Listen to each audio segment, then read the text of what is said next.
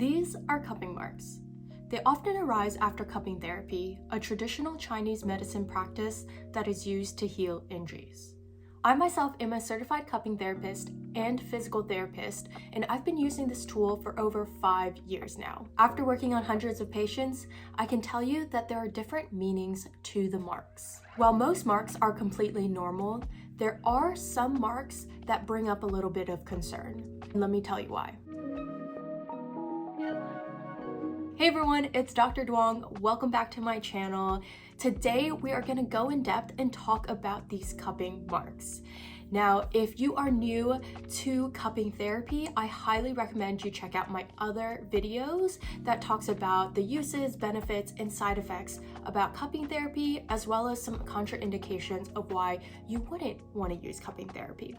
But to give you a quick rundown, cupping therapy is a traditional Chinese medicine practice, but it's also been used all over the world. It uses suction to help loosen up really tight muscles, increase qi to that region, and help improve blood flow so that new nutrients can come to that region and help heal it quicker. The question that people always have for me are, what are the marks? What do they mean? And are they normal? So we're gonna go ahead and get right into it. What are cupping marks? Cupping marks are waste products and toxins coming up to the surface.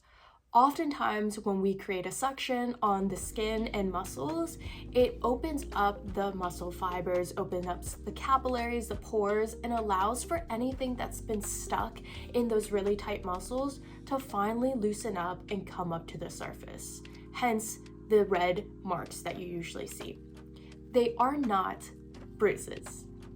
One of my biggest pet peeves is when people say that they got bruises from cups. If you are using low quality cups, then yes, you might be getting bruises, because I've had that happen before. But if you are using high quality cups, you are not getting bruises with the marks, because we are not causing impact and trauma to the capillaries where they are having damage. Oftentimes with the cupping marks, they'll feel a little bit sore and tender to the touch, but that's because of the maximum suction. Versus with bruises, oftentimes when you press on it, it's really painful, and it's often because there are breakages in your capillaries. So there's a difference with cupping marks and bruises. Depending on the colors of the cupping marks, it will tell me different things. If you are getting a light red cupping mark, this tells me that there is healthy blood circulation. Now, these marks usually go away within a couple hours or a few days. They don't stick around for too long. If you are getting a little bit of a moderate redness, this tells me that there is mild stagnation, meaning the muscles there are a little bit tighter and it's not getting as good of a blood flow as we would like. For these, they usually last about a week before they start to dissipate in color. Next, if you get these purple, blackish marks, then that tells me there is severe stagnation in that region.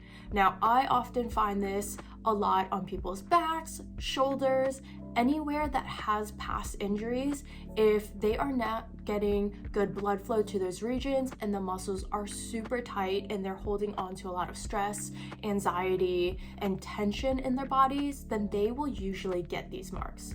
This tells me that there is really poor blood flow coming to these regions, and I tend to focus on these areas a lot more for patients so that we can make sure that qi and blood flow is coming to the region and helping it heal. With these marks, because they are so dark, they usually last for at least a week. Depending on my patients, they've definitely stayed around for even up to 2 weeks before. It really depends on how their blood flow circulates after the treatments and what they are doing for their post-cupping protocol. Another mark that I see is this grayish cupping mark. This tells me that there's qi deficiency there, meaning there isn't good energy flowing to that region. For these marks, they usually don't last too long. I tend to see them more as I am cupping patients when I see it lift up from the skin. They don't really stick around afterwards because then it's getting blood flow again. Another mark that I see are blisters. Now, blisters can be kind of concerning to people because it's actually rare to get blisters, but nonetheless, they are still common. However, it does bring a little bit concern for me as a healthcare provider because it tells me that you have a lot of excess dampness or stress in the body. In traditional Chinese medicine, excess dampness usually means the spleen isn't functioning properly. Now, the spleen is a really important organ in your lymphatic system that is in charge of your immune system. So if your spleen isn't working properly, then some of the symptoms that you may be experiencing are heaviness, lethargy, indigestion, or bloating. You could be experiencing swollen joints or limbs, as well as a sense of feeling stuck or sluggish. If you are having these symptoms and you're getting blisters from your cupping therapy session, then it is highly possible that you have a lot of excess dampness in your body. To help decrease the dampness, check out the link that I post in the description below. It'll give you a few suggestions in changes that you can make in your diet or actions you can take to help decrease the dampness and increase your qi. Usually with blisters, you want to make sure that you are not popping them. They will heal on their own, they may pop on their own, but I don't want you to pop them yourself because it can increase your risk of infection. With that being said, they usually only last a couple days. It doesn't usually stick around for that long. So be patient, don't pop them, let your body heal itself and run its course. The last cupping mark that we're going to talk about are dark black spots.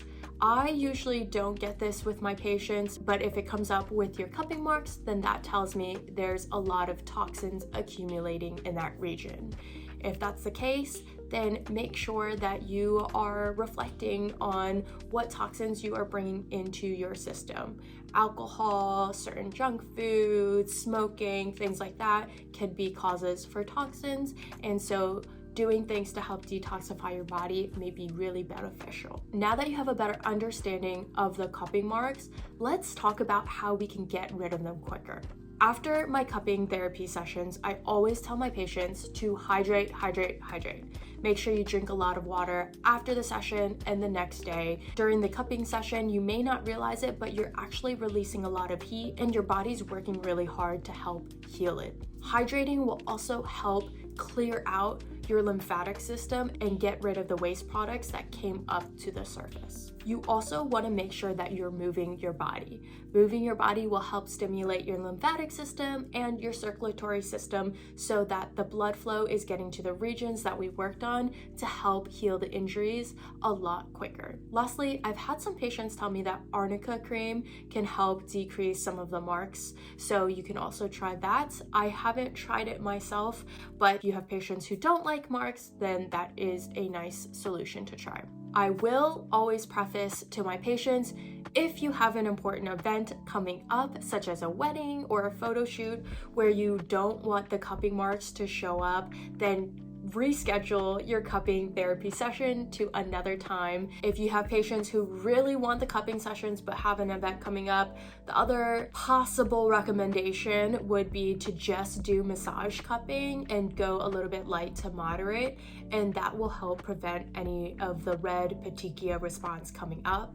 I get most of my cupping marks with the vacuum suction cups if patients do get them, so there is some ways around it if needed, but even with the massage cupping, again, you have to go light or moderate. I will have patients get red marks coming up if I use pretty maximum suction. So you can still get marks.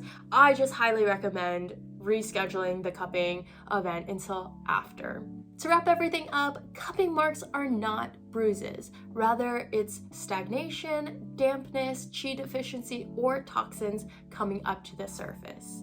And yes, the marks do eventually go away, but it all depends on the severity of the colors. Lastly, if you have any other questions about your cupping marks, feel free to leave them down in the comments below. Don't forget to like this video if you found it helpful and share it with anyone who's a little bit scared to get cupping because they don't know what the marks are, or who have, kind of a different idea of what the marks could be, because honestly, it's not that bad. For most patients, they go away within a couple days to a week. Don't forget to subscribe for more cupping therapy videos. I'll see you in the next one. Bye.